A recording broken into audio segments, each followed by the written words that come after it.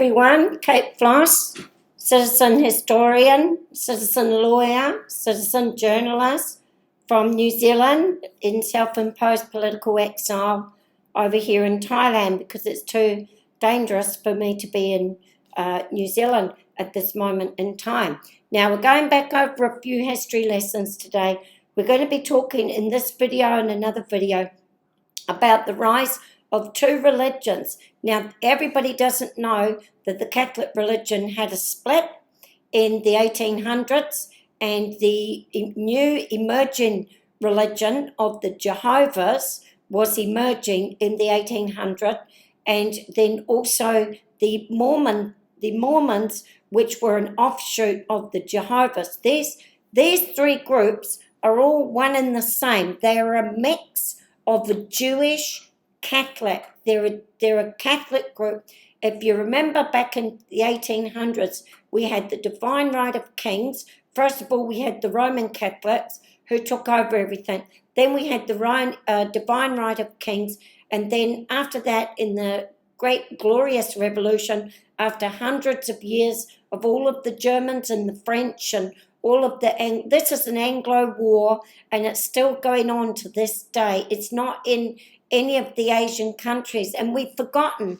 They made us forget that this war, this huge war, was going on, and we all just thought that it was gone and done. But I'm telling you, it's back, it's raging, and we are in deep trouble. So first of all, we've got to go back and do what we always did in the 1800s, us Protestants.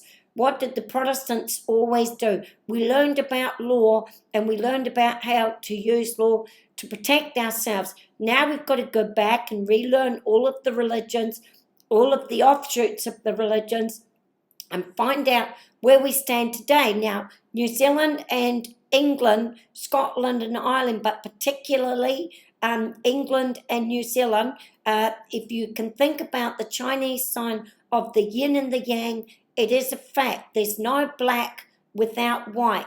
And then what had happened is when they got all the glorious revolution and the War of Roses and the 30 Years' War, and the Protestants rose up and they got parliaments and they got control of their own monies and their own lands. They rose up, and then all that white slavery stopped. So then all that those religions did was split off and went out into all of the the black and tan nations of the world, and they've been using the black and tans against us ever since. Now they're back using these black and tans again, and so we have to come over to New Zealand. It all starts in New Zealand. New Zealand is the place. Now, we're going to be talking about this group called the Pai Marie group, and it's the rise of Te Ua.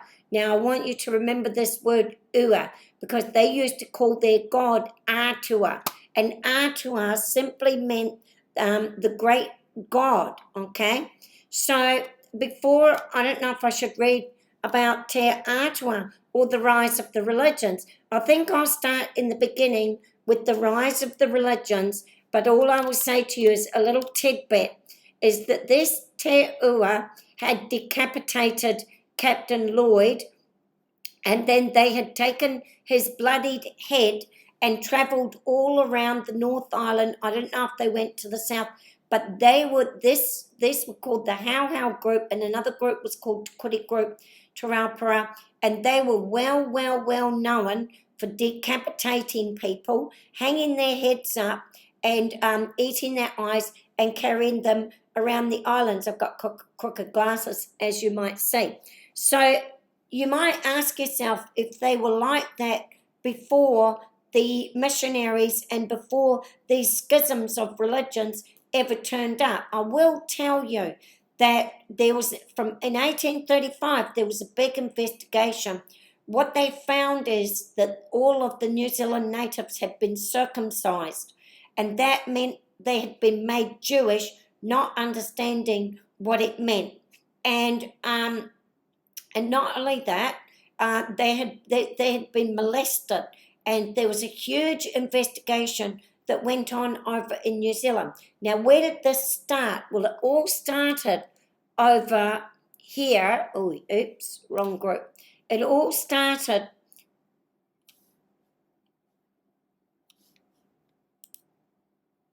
oh dear. It all started over, I should have started with the Marist priests. Here.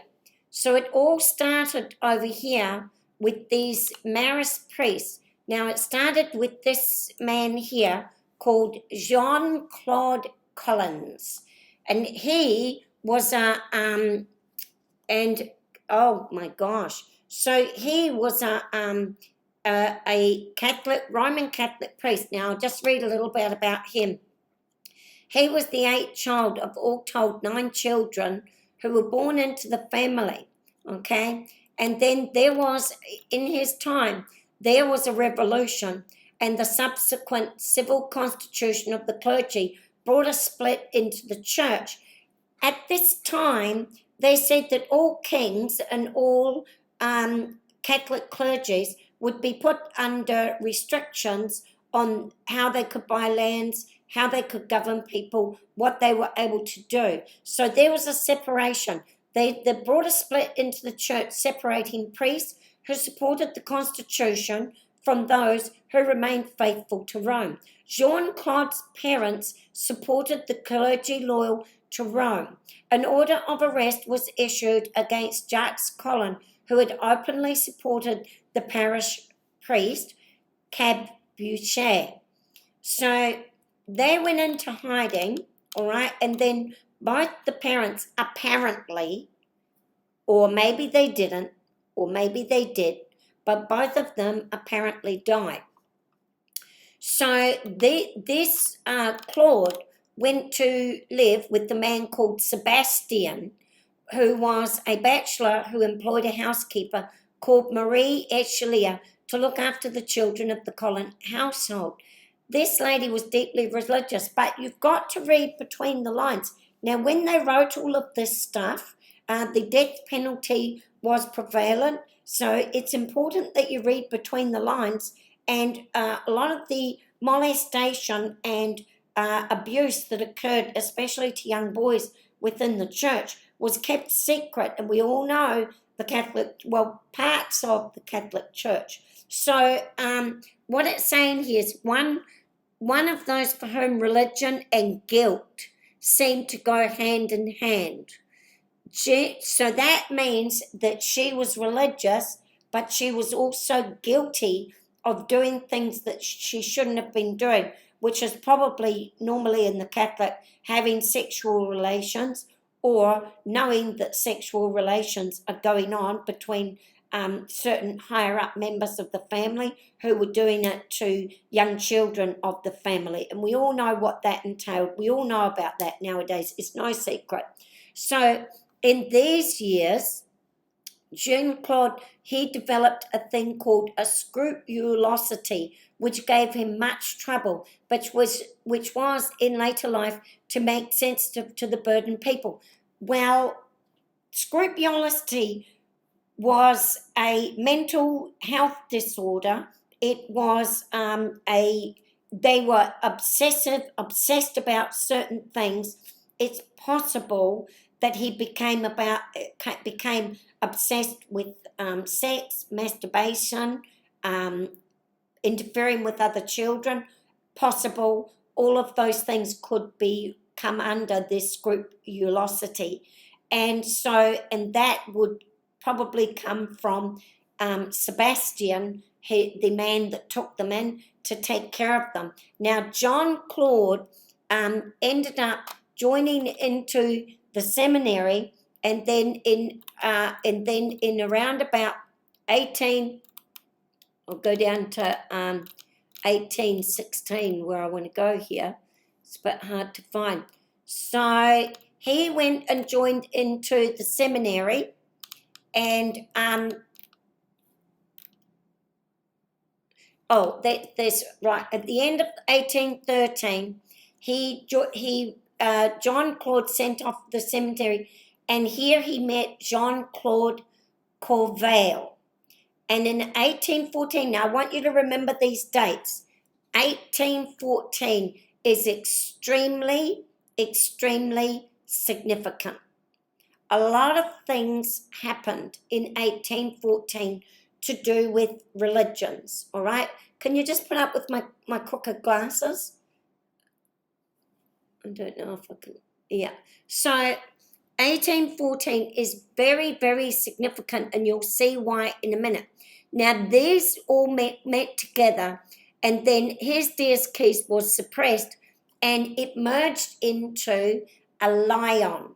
And who was Queen Elizabeth's mother? She was a lion, and she was schooled her entire life by a Jewish governess. Now, I think that at this point, this was a combination, in my own conspiracy theory, of a Jewish Catholic combination of their religion to combat over the Protestants who had risen up to fight off the Roman Catholics and fight off the Jews and fight off the Muslims. They'd been fighting against all of them.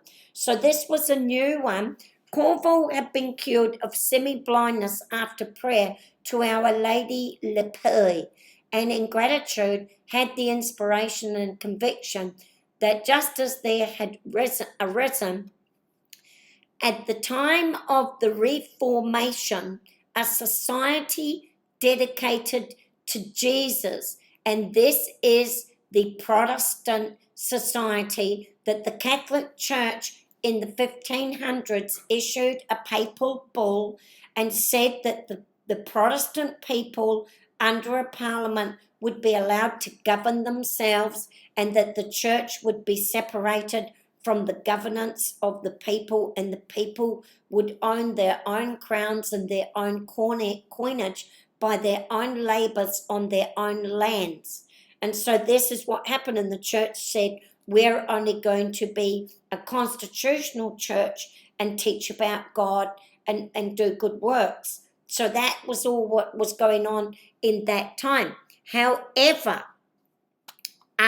this group here were a group, so at this time there was a revolution that there could be a society dedicated to Mary, whose members would call themselves Maris. And then they recruited a group of people that after a papal bull in 1816, they were permitted to go out into the world and teach their faith that they were going to be teaching. Now, I hope I didn't just turn that off. After that, I might have just turned off Te Ua. Okay, never mind. All right, so after that, they sent out to New Zealand, not only to New Zealand, the islands of Tahiti and the islands of New Zealand, Australia, all around, and they called all of this area Oceania. Now, I want you to remember Oceania because that's going to come up in another follow-up video to this video. So they were sent out in waves, Group 1, Group 2, Group 3, Group 4, and Group 5, Group 6, and Group 7. There were 7 groups sent out to the islands, and they were forbidden from entering several of the islands, but they did enter some of the islands. I'm not really going to be talking about that today, but I am going to be talking about these 7 groups on another day. So just keep that in mind with yourselves, okay? I have to turn these things off as I go because the computer won't take it. So they all went out. Now, before we get to the story of the decapitated head of Captain Lloyd and the Pai Mariri religion. So Pai in Maori language just means good, and good just came from the word God. And this is the Marie, which was from those Marie priests that separated from the church in 1814. All right. Now, 1814 is an interesting time because if you come over here and you look, I don't know any of you if you can see this, but you can just Google the Four Gospels of Campbell in 1814, and it's a bit hard to see, but let's see if I can get it here for you. But if you look on the Four Gospels here, you will see that on page 36 there is Jehovah and Jehovah. Now they're trying to tell you that the Jehovah's Witness Church began in the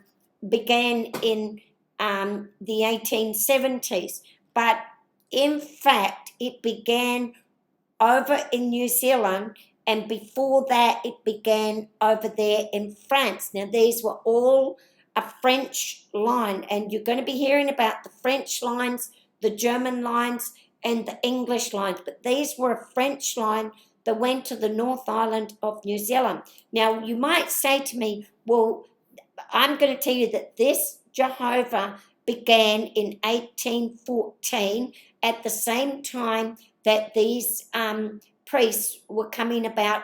1816 they got the go-ahead from the Roman Catholic Church, and then they went out. But before that, they sent a group of missionaries over to New Zealand, and they created the first biblical text of the New Zealand Maori, and this is where these primary people came out of. Now, how do we know this? This is from the Thomas Kendall. This is the Thomas Kendall. Before they could ever write the biblical text, they had to write dictionaries, because they had to know what each of the word was meant. Well, this was a rudimentary form of the first Jehovah biblical text that ever existed, and it started with the New Zealand Maori language. And I'm telling you, anyone that speaks that Maori language, the New Zealand native Maori did a huge campaign in the 1800s.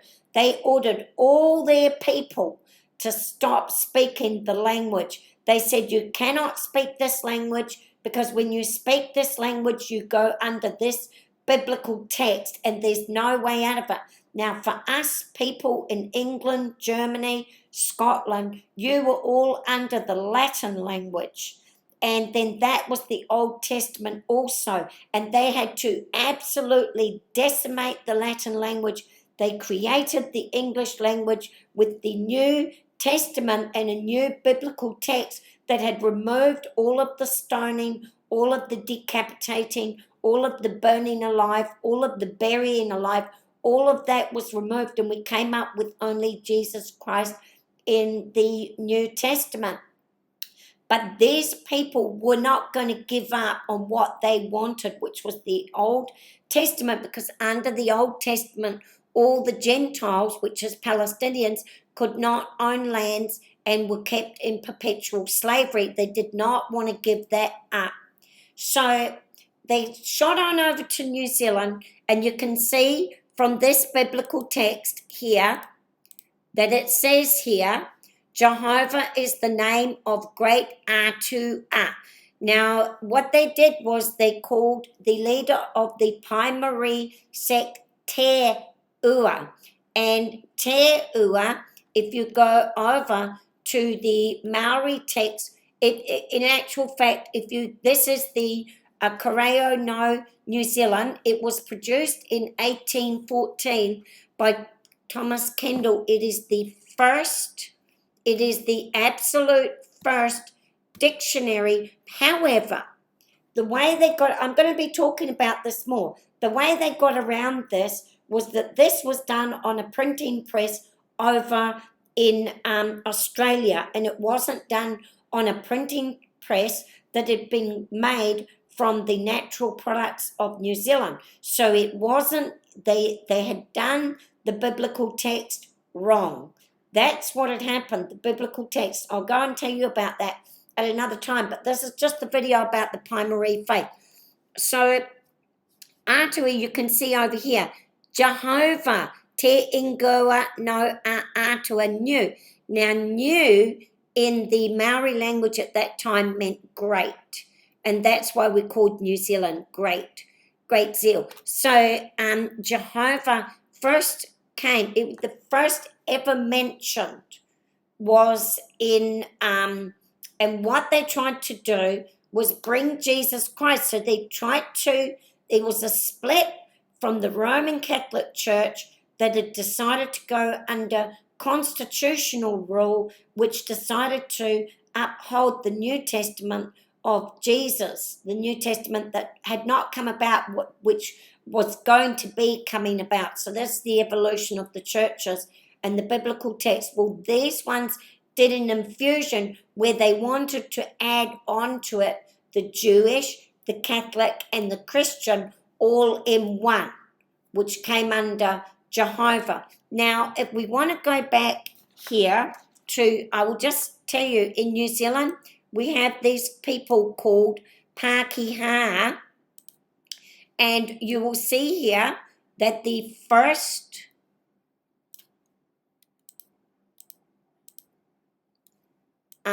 what you'll see here is it says, I'm on the wrong page.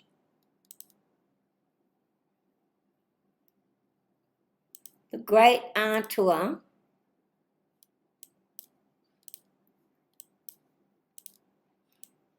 Right, just a minute.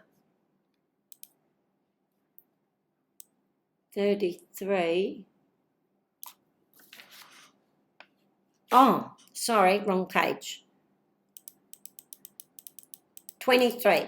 So it says here, what it says is, behold, Jesus Christ is the great and good Atua. This is where you get Pi Marie, because good, Atua, and Atua meant almighty. Great was new, and they were called, and so he was called Atua New, or Atua New they called him, which meant great God. All right, and then it's called in here in the biblical text the good Atua. They've left the AT off, and the Pi Marie faith was called, this man here was called Te Ua. And so they removed the AT, but they did keep, they removed the AT, but they did keep the Ua, and they called him Te Ua. Now, I'm going to be telling you about him in a minute. There's a lot going to be coming up here, because it's these group that are in our Parliament of New Zealand, and it's these group that are seeking to take over New Zealand right at this time, and in fact, even take over the whole world, they're saying. So they want to take over all the Indigenous people of the world. So it's important that you're going to know who these people are. Now, I will just say to you that you can see here on here that it says a good friend to white men and black, to white and black men. And then if you want to look at the translation, this is the first time ever that the word Pākehā has ever been used. And you can see it here, Pakkahah. We used to be called Pākehā, and later they changed it to Pākehā. And Pākehā it just meant a good white person is what it meant. And we're going to do another video of that on another time. So that just tells you about those religions there, and that you can see here. So now I'm going to read to you about this man here, what had happened. This was just one of the incidents of the Pi Marie faith that have risen up. The Governor-General has pardoned them, and the Governor-General has allowed, and they're ripping up monuments. They're in New Zealand as we speak, ripping up the monuments of all those people that fought against them. They've got the names of all of the tribes that fought against them. They've got the addresses. They've got every single name, every single address of every single descendant of all of the people that fought against them. John Tamahiri in the Parliament of New Zealand ordered the government of New Zealand to issue all the names and all the tribes of every single Maori person of New Zealand, and they proceeded to inject them with all sorts of stuff. God knows what they've done to them, and that's who's in charge of New Zealand at the moment. We're all in great, great danger. SOS, England, Scotland, Ireland, Australia, Germany. SOS, those French bastards are coming back to get us. Now, listen to me. This fateful year, 1864, saw two notable events of ill omen from the British point of view. The rise of the Pai Marie religion was linked closely with political happenings, and its spread was encouraged by the leaders of the King movement. The British disaster at the Gate Pa, though soon avenged, could scarcely fail to encourage Maori resistance. On the May 26, 1864, Gray forwarded a letter from Wanganui containing a report of a body of fanatics which had recently arisen among the Maoris in that district.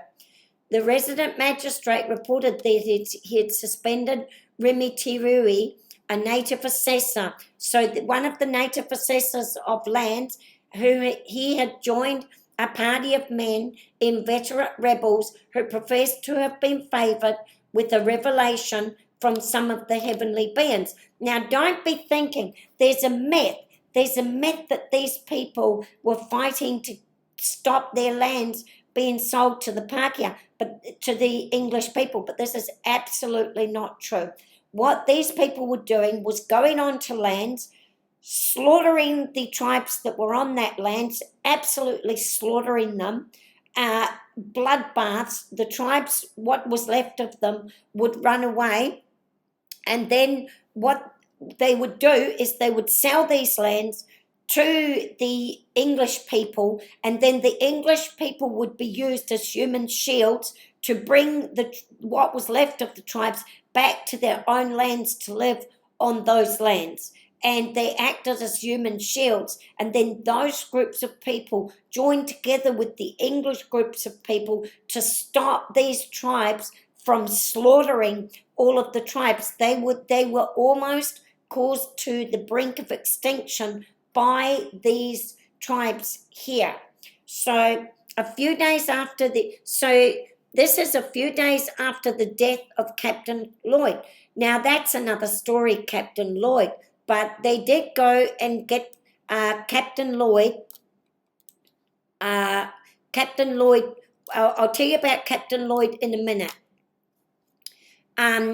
Whose blood had been drunk. The angel Gabriel appeared to those who had partaken of the blood, and by the medium of Captain Lloyd's spirit ordered his head to be exhumed. They cured in their own way, and then taken through the length and breadth of New Zealand, that from henceforth his head, now listen up, from henceforth his head should be the medium of man's communication with Jehovah. That's what you're in for, New Zealand, if you don't step up. These injunctions were carefully obeyed, and as soon as the head was taken up, it appointed Te Ua to be the high priest and Epinea, and the Rangatira to be his assistants. Now they're talking about the Rangatira Tosa of the Treaty of Waitangi, and they're claiming that the Queen had given them full Rangatiri Toa. And then these are the people that are talking about that they would decapitated a head of a man, and they used that decapitated head to communicate with Jehovah, who had been created in 1814 by these priests and religious people that had infiltrated the tribe. Now the Jehovah's went on over in America to spring up as a peaceful religion that and they were driven out of every town, and then they say that the Jehovah's religion sprung up in 1870, but it only sprang up over in America in 1870. It was alive and well in France and alive and well over there in New Zealand. And the decapitated heads of men were used to communicate with their God Jehovah. So this is the very roots of where the Jehovah religion comes from. These injunctions were carefully obeyed, and I said that, and to be his assistants, and they communicated to them in the most solemn manner the tenets of the new religion, namely retamanu, I don't know, some other things. The followers shall be called Pai Marie. The angel Gabriel with his legions will protect them from their enemies, and the Virgin Mary. And so this is where you can connect them up with those French priests and the very strange happenings of that French priest who was known for the scrupulousness and deviantnesses over. And there, if you go on and read more about that priest, Jean-Claude Collins, what you'll find out is that they had serious reservations about him entering the priesthood because of all of his strange doings, and that eventually they did what the Catholics always did in those times. They scooped them up, and sent them out to other countries. Now, this here was created by 12 of those priests that teamed up together with Jean-Claude Collins. Those 12 priests created the Pai Marie, or the Mary, the religion of the Catholic that worship Mary. That's all created through that lot there. This is where you get some of the Catholic religions that worship Mary and others that are not worshipping. I don't really know what's going on, but this is what will come out of it. Men and women, this is what they said, and this is indicative of the Mormons and the Jehovah's. Men and women must live together promiscuously, so that their children may be as the sand of the sea for a multitude. The priests have subhuman power and can obtain for their followers complete victories by uttering vigorously the word how, ho, ho, Santa, ho, ho, how. The people who adopt this religion will shortly drive the whole European population out of New Zealand. This is only prevented now by the head not having completed its circuit of the whole island. Now, this is a fallacy. With the missionaries that lived in amongst the New Zealand natives, who even sometimes just painted their faces black, and then they wanted to keep any of the constitutional laws from coming into New Zealand. So they infiltrated amongst the tribe, infused in them this religion. These people were a very susceptible people, and they infused in them these people, and then they got them to get all of the lawful Europeans, such as the Crown, and the lawful Europeans out of New Zealand, so that they wanted to own the whole country. They did not want a state. They wanted an entire new country for this religion of the worship of Mary coming out of Jean-Claude Collins, and they'd been kicked out of all the islands and everywhere. So they settled in New Zealand. The priests, legions of angels await the bidding of the priests to aid the Maoris in exterminating the Europeans. Well, there you go. Legions of angels await the bidding of the priests.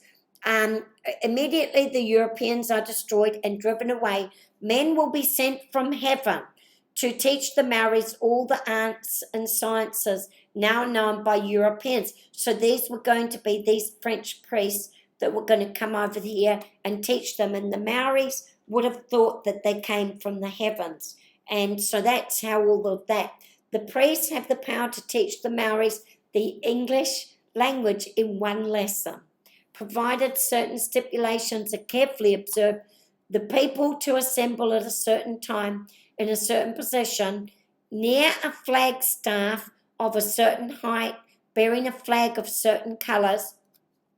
However absurdly such ideas present themselves to the European mind, they nevertheless prevail and obtain among the Kingites of the Patia portion of this district. And as Remy Tirui has given his assent to such, I recommend his dismissal. That's why he was removed from working with the government, because he was working against the government behind the scene. I would instance some of the cruelties and absurdities practiced by the followers of this religion. While Rangitira was at Waikato Pa, a native attempted to steal Captain Lloyd's head, for which he was so furiously beaten that his life was despaired of. That means he lost his life. They beat him to death. Another native, for the same offence, was taken to a creek and drawn to and fro under a canoe and left to all appearances lifeless. So this goes back to the times of the torture, when the Protestant received all of the tortures, where they used to cut people's tongues out, bury people alive, burn people on the pyres, the witch trials, where they used to lock women up in dungeons with no underpants on, chain their legs apart, chain their arms up, and set forth hungry rats inside the cabin, which would devour the woman. They would put people on chairs and dunk them in water, take them out, dunk them in water, take them out, until they died a slow death. It wasn't just drowning under the water. They would put under the water for a minute, brought up to live, put under, brought up to live, and they were long, slow, painful deaths, cruel punishments. And then these punishments were carried out by these same preachers. The only difference is they got the New Zealand natives to do it. The origin of the how fanaticism was described by R. Paris, the Assistant Native Secretary, in a letter in 1864, who said that the originator was Te Ua, who Paris said had gone wrong in his mind after his tribe had rejected his advice not to interfere with the wreck of Lord Wolseley. After Te Ua had used violence towards the wife of Te Mihia. Now, they never used to use the word rape, but that's what, when they used to use the word use violence, it meant that he raped another chief's wife. And so the other chief, Te Miha, the latter, beat him severely and tied him hand and foot. He released his bonds, and after being seized and chained, he did the same thing again. His tribe began to be afraid of him, and in a trance Te Ua was commanded to kill his son. He broke one of the boy's legs and was then told to spare him. The angel Gabriel then said, "Take your son and wash him with water." So he took his son to a river called Wairau in the Upper Taranaki district. Now, these Taranaki tribes went on to slaughter 22 people in the South Island, and they ate those people alive as well. They washed him, and they say the leg was restored whole as the other. Now it seems to me that they probably whipped him away with his broken leg. Somebody would have taught them in secret to do a cast, because they knew about casts then, and they would have put a cast in him, and after a few weeks they would have pretended and gone down to the river and made him walk again, and it would have been a miracle in the eyes of the New Zealand natives, and so the New Zealand natives would have followed the faith. On May 1864, Gray reported that the body of the Halkow fanatics, the Gabrielites, had attempted to descend the Wanganui River with the view to attacking their town.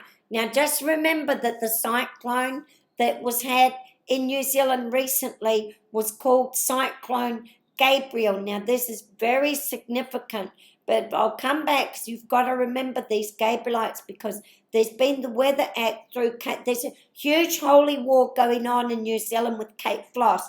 Don't even doubt that this holy war is going on. So remember the Gabrielites, and on May 14, they were opposed at the island of Motua by a party of friendly natives and nearly wiped out. Their high priest being among the killed. The Colonial Office gratefully acknowledged the help of the friendly native tribes. Remember Motua, because they're trying to remove this monument now as we speak, and expressed the hope that the action may have eventually suppressed the detestable fanaticism described. I don't think we need to read any more of that to you, but I can just tell you that another member of this faith, which we'll talk about at another time, is Kerry Opie Terrell, and he was named by the Catholic priest Cleopas. We'll do another story on him, and he also was of the Primary faith, and he was known to have decapitated Volkner. So he decapitated Volkner and put his head onto the pulpit, and then removed his eyes and ate his eyes. Now, he repented in the end to the English, the original Catholic faith he went back to, the Roman Catholic faith that had become constitutionalized, and the separation of church and faith.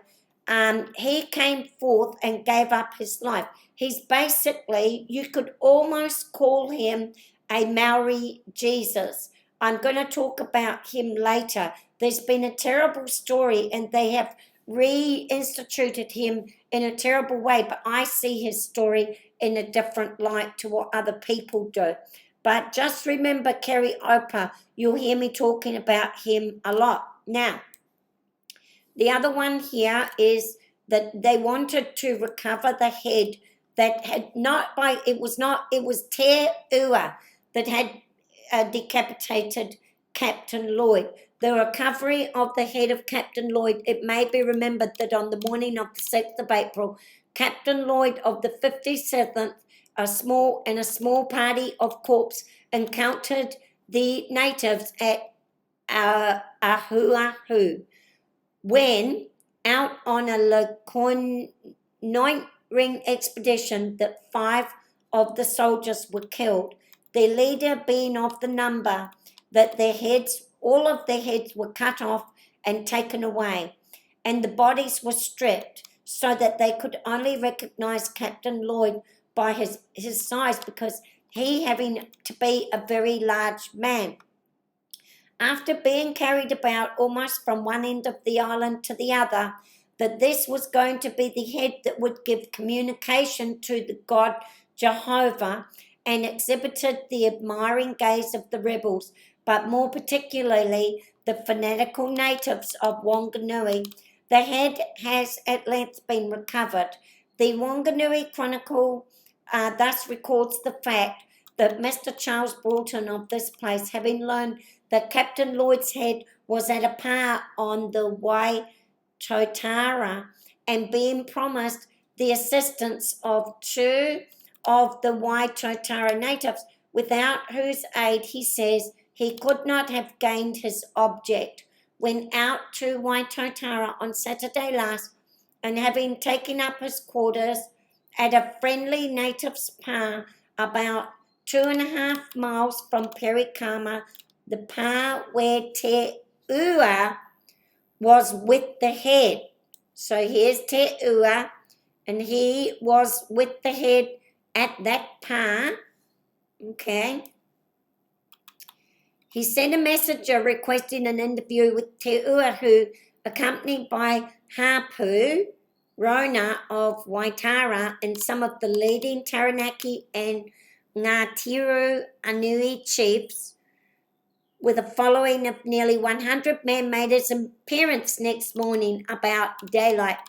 They entered the path from both ends, armed to the teeth, while the others sat down for a talk.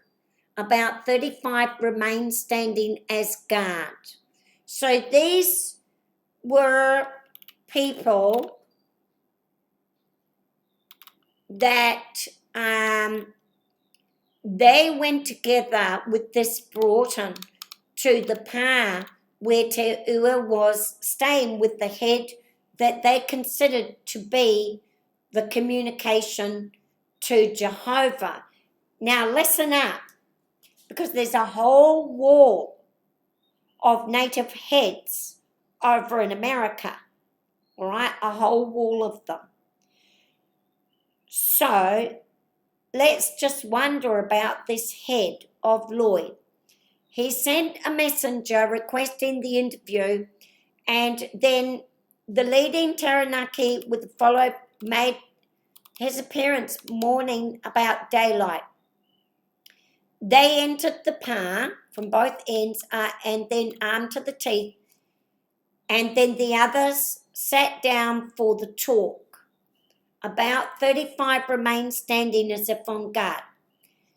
Te Ua then asked Mr. Broughton what he wanted.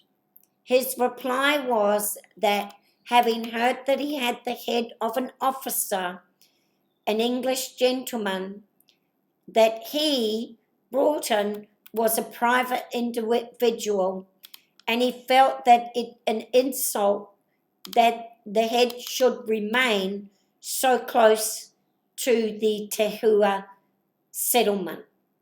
And he had come unarmed and of his own accord to request Te Ua to give Captain Lloyd's head up to Broughton. Te Ua made a long speech, chanting Waiatas and Pai Marie.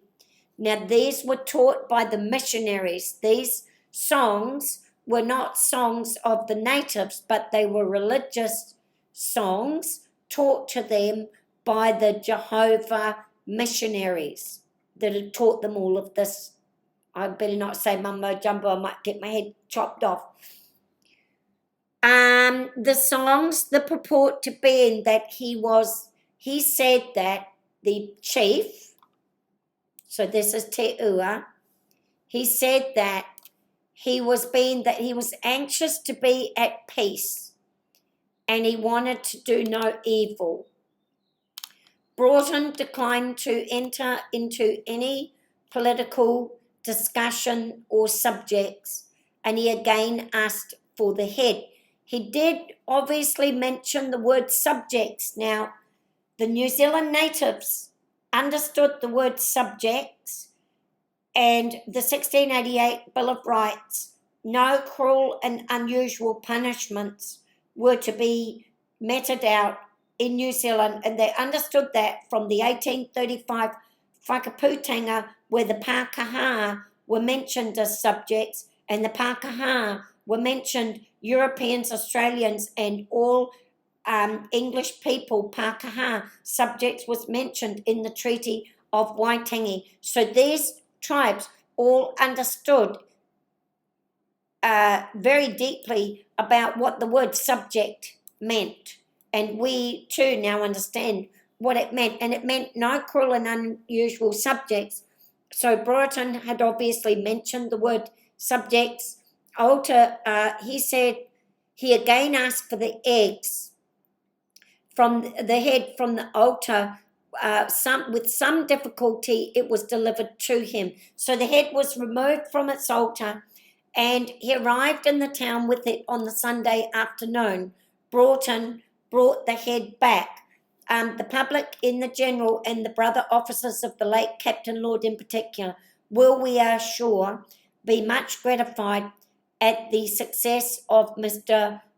Brotai. Toe's attempt, which is highly credible to him, but is nothing more than those who know his character and acquaintance with the natives would expect. So I wonder if this is, I'll just have to try to type up this word. It sounds like he may have been a native himself. T-I-G-H.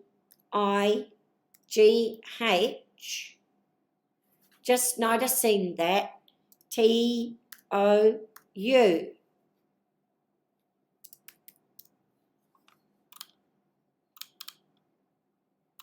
Oh, it just comes up.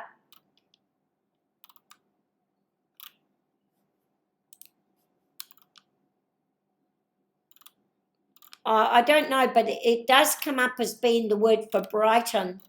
That's where Brighton came out of, which is a town in New Zealand. So that's where Brighton came from this man here.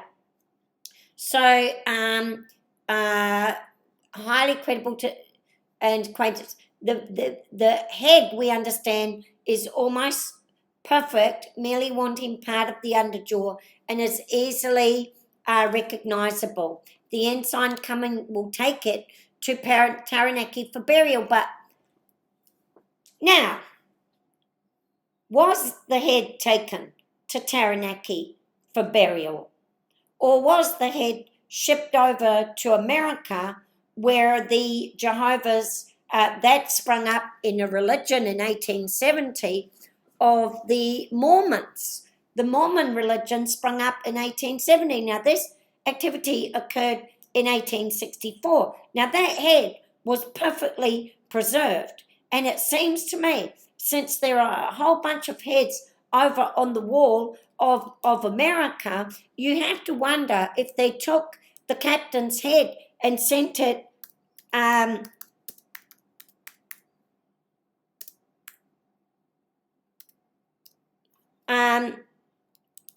now these heads are over in America here. Hang on. These heads here are over in America, where they have been decapitated. You see all these heads that are on the wall here? Well, every single one of these heads came from all of the tribes that owned the lands, and they were killed by these Hauhau and Te Kiti and Te Raupara, and they all ended up on a wall over in America is where they ended up. These were the chiefs of the tribes, and then these Hauhaus all took it over. Now, it would not be far-fetched to me that this head that had been Captain Lloyd's, that had been decapitated, and then they went and recovered the head, and then they brought it back to the village. They removed it from the village, and they said, oh, we're just going to go and bury it now. Well, and then in 1870, the head turns up. I wouldn't say the head turns up, but in 1870, the Mormon religion, which transformed into the Jehovah religion, pops up in America, and they're exactly the same, promiscuous, doing all of these things. And so it seems to me that at that time, they knew that they were not going to be able to beat the British, because by 1870, these tribes were all losing. And so it seems to me that all these people did was, these missionaries, they all went underground for 180 years, and they've sprung up all around the world, in New Zealand, in England, in Australia now, and that these are the ones that are taking over our countries and causing all this havoc. Now, that's my conspiracy theory. Don't think it's so far-fetched when you know the story. Another man who was involved with all of this.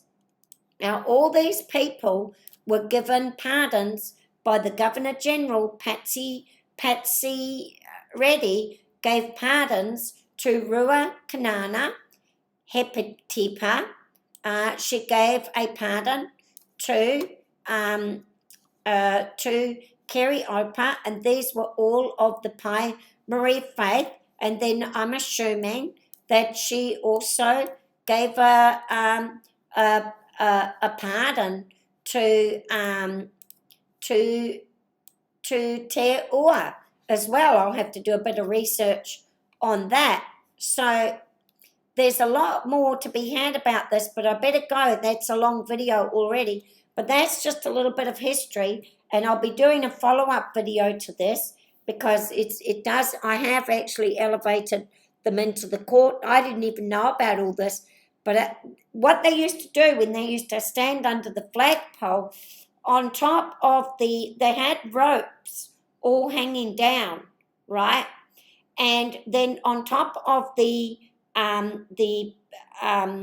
flag thing that they've got, they used to have a head. The head would be lowered down. The people would hold the ropes and touch the decapitated head, and then it would be elevated back up. This is in a dawn morning ceremony, and they're still doing this in New Zealand. Would be elevated back up to tell their wishes to the God Jehovah. So we all got to really learn about all this stuff, or we're all going to be in a lot of trouble. Thank goodness for me, I'm fighting in political exile over here in Thailand, so hopefully I'll be safe, but it's very scary times.